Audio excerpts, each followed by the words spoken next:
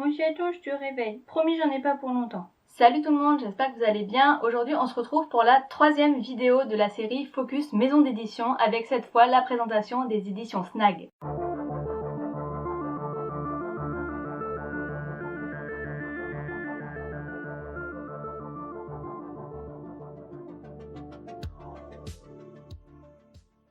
Heureusement qu'ils ne voient pas là.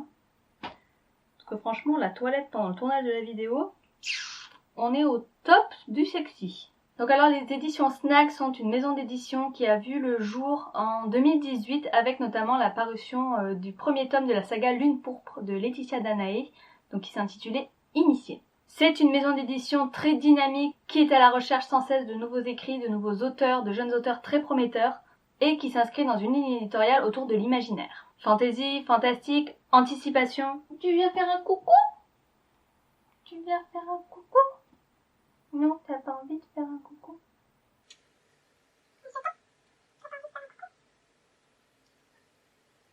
Bon, désolé, cas de force majeure. Bon, je crois qu'on va devoir continuer la vidéo en compagnie de Monsieur Titus le chat.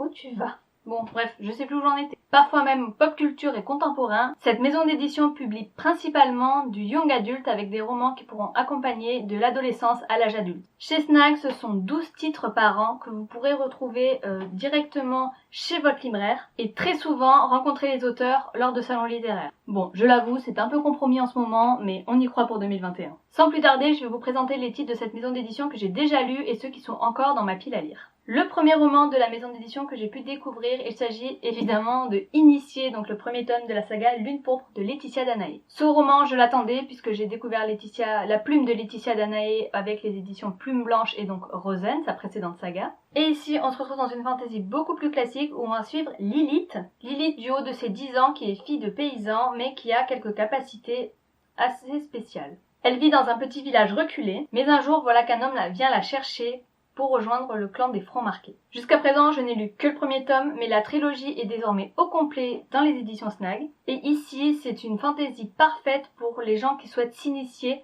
à ce genre. On retrouve la plume très agréable de Laetitia Danaé dans un univers ultra complet, avec bien au-delà de la quête initiatique, des complots, des relations qui s'entremêlent. Tout ça est très intéressant à suivre. Qu'est-ce que j'attends pour lire la suite, me direz-vous? Eh bien c'est simple, j'attends ma copine de lecture commune de cette saga, Stranger Feline, si tu passes par là, il faut qu'on s'y mette. La deuxième saga dont je veux vous parler dans les éditions Snag, il s'agit de la saga Ambition de Yoann Dubos. Alors clairement ici, on se trouve face à un ovni qu'on ne peut pas classer dans une case, puisqu'on se situe à mi-chemin entre fantasy et science-fiction. C'est un univers très complexe, très approfondi, qui personnellement m'a complètement happé. Donc on va se situer en l'an 2312, une société où l'homme a abandonné ses droits pour les confier aux dirigeants des plus grosses entreprises de la planète. Simultanément, la conquête de l'espace se poursuit, et un vaisseau, celui de la mission Sinop, qui s'aventure plus loin qu'on ne l'a jamais été, se retrouve bloqué par une barrière infranchissable. Lors de cette collision, un monde entier va se révéler aux yeux de l'humanité.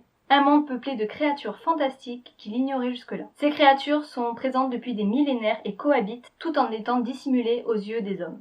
Et nous, au milieu de tout ça, on va suivre une jeune scientifique qui faisait partie de la mission Sinop et qui a perdu un de ses plus fidèles amis lors de la collision. Il y a bien entendu beaucoup d'autres sous-intrigues qui sont passionnantes à suivre et je vous invite fortement à vous pencher sur ce roman si vous aimez la science-fiction, la fantasy et si vous aimez les univers et les intrigues où vous ne pouvez absolument rien prévoir de ce qui va se passer. La saga est prévue en 4 tomes. Actuellement, le tome 1 et le tome 2 Compassion sont déjà sortis. Mais ne vous en faites pas pour ce qui reste à venir, il paraîtrait que la saga est déjà intégralement écrite. Et pour achever de vous convaincre, je ne vous cache pas que cette saga est une saga coup de cœur. Troisième ouvrage paru aux éditions Snag et que je souhaite vous présenter, qui est aussi un coup de cœur, il s'agit de La Cité des Chimères de Vania Pratt. Ici, c'est un tome 1, le suite de la saga est en préparation, et on va se situer dans la ville de Londres qui a changé de nom, qui est devenue London Field, et une société qui est maintenant divisée en plusieurs guildes. Chacun trouve sa place. On peut y trouver la guilde des chiméristes, la guilde des guides, la guilde des gardiens, des alchimistes, des revendeurs,